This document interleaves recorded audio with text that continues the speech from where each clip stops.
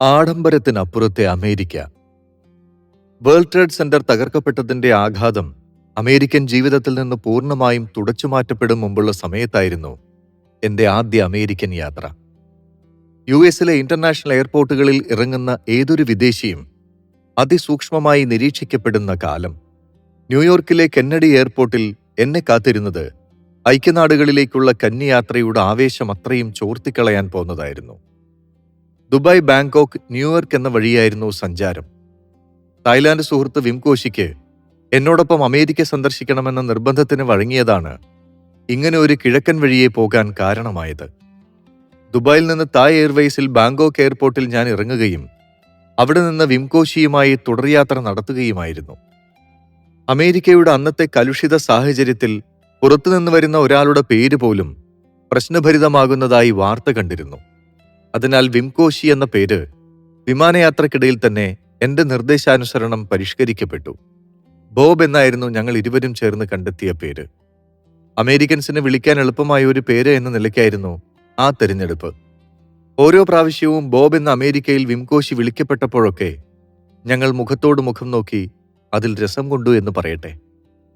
എമിഗ്രേഷനിൽ വിംകോഷിക്ക് സഹനീയമായ പ്രയാസങ്ങളെ ഉണ്ടായുള്ളൂവെങ്കിൽ ഞാൻ ശരിക്കും പരിശോധനാ സംവിധാനത്തിന്റെ ചിലന്തിവലയിൽ കുടുങ്ങുകയായിരുന്നു. വെള്ളക്കാരും കാപ്പിരികളും ചേർന്ന ഉദ്യോഗസ്ഥവൃന്ദത്തിന്റെ സംശയം കല്ലിച്ച കണ്ണുകളിൽ ഞാൻ കരടായി.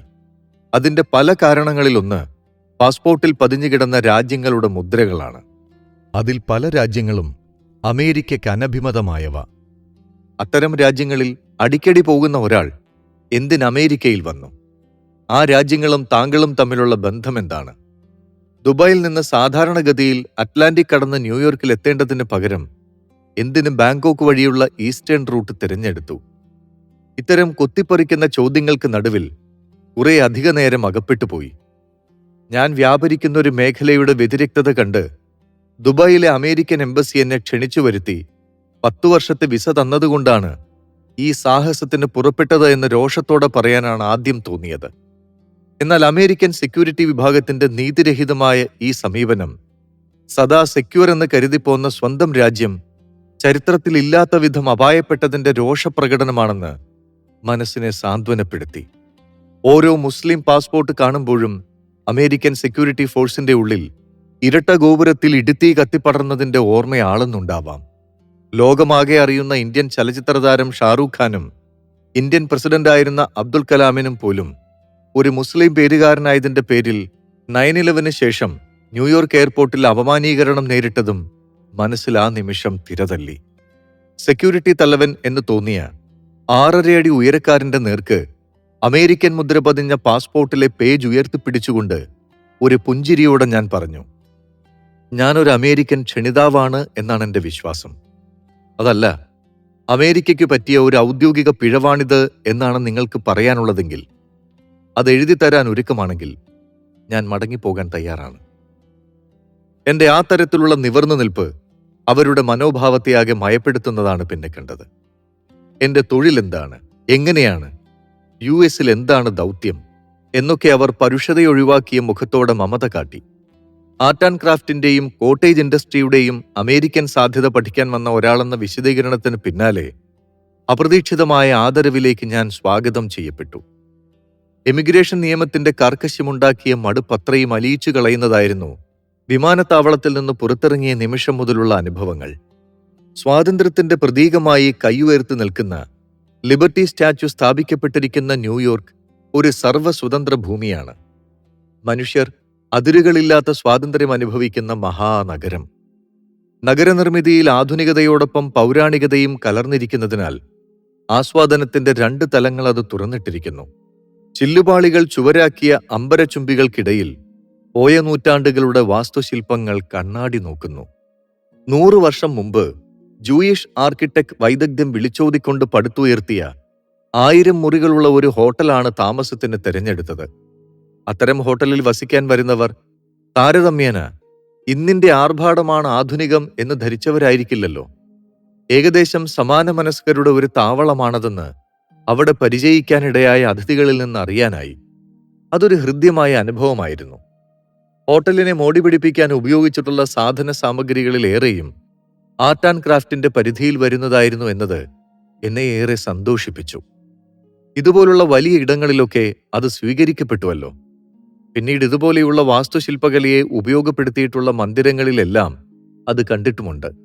ഞാൻ സ്വീകരിച്ച ജീവിതം പ്രയോജനപ്പെടുന്നത് എനിക്ക് മാത്രമല്ല, അത് ലോകവ്യാപകമാണ് എന്നൊരു അഭിമാനം അപ്പോഴൊക്കെയും തോന്നാറുണ്ട്. പുതുതായി എവിടെ എത്തുമ്പോഴും ആദ്യത്തെ 2-3 ദിവസം പലയിടങ്ങളും ചുറ്റിക്കാണുക പതിവാണ്. ആ കാഴ്ചകളിൽ ചിലത് കണ്ണിൽപ്പെടും. അവിടുന്നുള്ള അന്വേഷണമാകും ലക്ഷ്യസ്ഥാനം കാണിച്ചു തരിക. ആ രീതി വിംകോശിക്ക്, അല്ല ബോബിന് അത്ഭുതമായി. അമേരിക്ക പോലൊരു സവിശേഷമായ രാജ്യത്ത് ഞാൻ എന്താണ് ചെയ്യാൻ പോകുന്നതെന്ന് അവനൊരു എത്തും പിടിയും കിട്ടിയില്ല. അതൊന്നും മുൻകൂട്ടി പറയാൻ പറ്റാത്ത കാര്യങ്ങളാണ്. അനിശ്ചിതത്വമാണ് ഈ ബിസിനസിന്റെ ആദ്യ പാഠം. പിന്നീടുള്ള പാഠങ്ങൾ അത് പറഞ്ഞു തരും. അവന്റെ സംശയങ്ങൾക്കുള്ള എന്റെ മറുപടി അതായിരുന്നു. അതവനെ കൂടുതൽ ഉത്കണ്ഠാകുലനാക്കി. ന്യൂയോർക്കിലെ ഏറ്റവും തിരക്കേറിയ പ്രവിശ്യകളിൽ ചിലതായ അവന്യൂ 6, അവന്യൂ 7, അവന്യൂ 8 എന്നിവിടങ്ങളിലൊക്കെയായിരുന്നു ഞങ്ങളുടെ ആദ്യ ചുറ്റിത്തിരിയൽ. ഭൂമിക്ക് മുകളിൽ മാത്രമല്ല, ഭൂമിക്ക് താഴേക്കും നഗരം വളർന്നിറങ്ങിയ ഇടങ്ങളാണിത്. മെട്രോ സ്റ്റേഷനുകൾ മുതൽ ഹോട്ടലുകളും പബ്ബുകളും നിശാ ക്ലബ്ബുകളും വരെ മണ്ണിനടിയിൽ പടർന്നു കിടക്കുന്നു. എല്ലാം 24 മണിക്കൂറും സജീവം. ബഹുവിധ ശബ്ദങ്ങൾ അലയടിക്കുന്ന ആ നാഗരിക സങ്കേതങ്ങളിലൊന്നും നൈസർഗിക കലാരൂപങ്ങളുടെ, കൈവേലകളുടെ നിശബ്ദ സാന്നിധ്യം കാണാനായില്ല. ജീവിതം ഇവിടെ ഓരോ മുക്കിലും തിരക്ക് പിടിച്ചോടുകയാണ്. ഒരു ഷാമ്പെയിൻ കുപ്പിയുടെ കോർക്ക് വലിച്ചു തുറന്നതുപോലെ പതഞ്ഞൊഴുകുകയാണ്. ലക്ഷ്യം തെറ്റിയ വ്യർത്ഥജീവിതത്തിന്റെ കണ്ണീരും അതിലുണ്ടെന്ന് ആരും കാണാതെ പോകുന്നു, അല്ലെങ്കിൽ സ്വയം അന്ധത നടിക്കുന്നു. ഏറ്റവും സമ്പന്ന രാഷ്ട്രമെന്ന് പുറത്തറിയപ്പെടുന്ന അമേരിക്കയിൽ എല്ലായിടത്തും എന്ന പോലെ ദാരിദ്ര്യമുണ്ടെന്നും തൊഴിലില്ലായ്മയുണ്ടെന്നും അസംസ്കൃത പദാർത്ഥങ്ങൾ അന്വേഷിച്ചു പോയ നിഴൽ വീണ വഴികളിൽ കണ്ട ജീവിതങ്ങൾ എന്നെ ബോധ്യപ്പെടുത്തി. അത് വിയറ്റ്നാമിലും യമനിലും കെനിയയിലും കണ്ടതിൽ നിന്ന് വ്യത്യസ്തമായ സാഹചര്യങ്ങളിലാണെന്ന് മാത്രം. മറ്റു രാജ്യങ്ങളിലേതുപോലെ മറ്റുള്ളവർ പറഞ്ഞു തന്നോ സ്വയമോ എന്റെ കർമ്മമേഖല ഈ നഗരത്തിലോ അതിന്റെ പാർശ്വങ്ങളിലോ കണ്ടെത്താനായില്ല. ഒടുവിൽ അത്തരം വിവരങ്ങൾ ശേഖരിച്ചിട്ടുള്ള ഔദ്യോഗിക സ്ഥാപനം കൂടിയായ UN-നെ സമീപിച്ചു. ഗ്രീൻ ഇക്കണോമി, സസ്റ്റൈനബിൾ പ്രോഡക്റ്റ് എന്നിവയുമായി ബന്ധപ്പെട്ട വിഷയങ്ങളുടെ ഓഫീസുകളിൽ നിന്നാണ് എനിക്ക് കാര്യമറിയേണ്ടത്.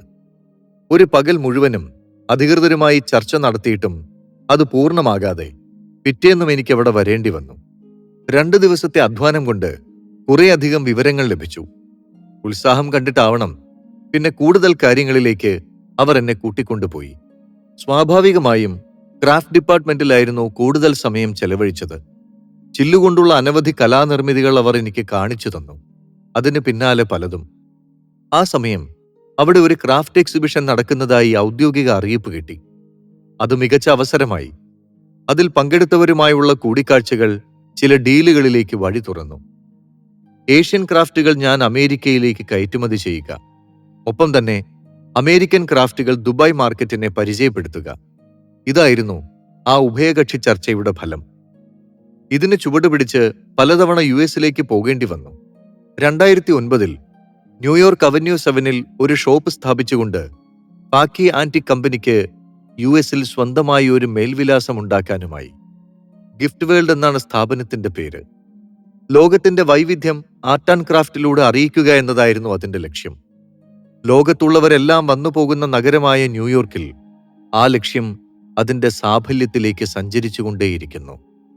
US കേന്ദ്രമാക്കി മെക്സിക്കോ, ക്യൂബ തുടങ്ങിയ ലാറ്റിൻ അമേരിക്കൻ രാജ്യങ്ങളിലും കർമ്മമേഖല വ്യാപിപ്പിക്കാനായി. കണ്ടെത്താൻ ഇനിയും ഭൂമി ബാക്കി കിടക്കുന്നു.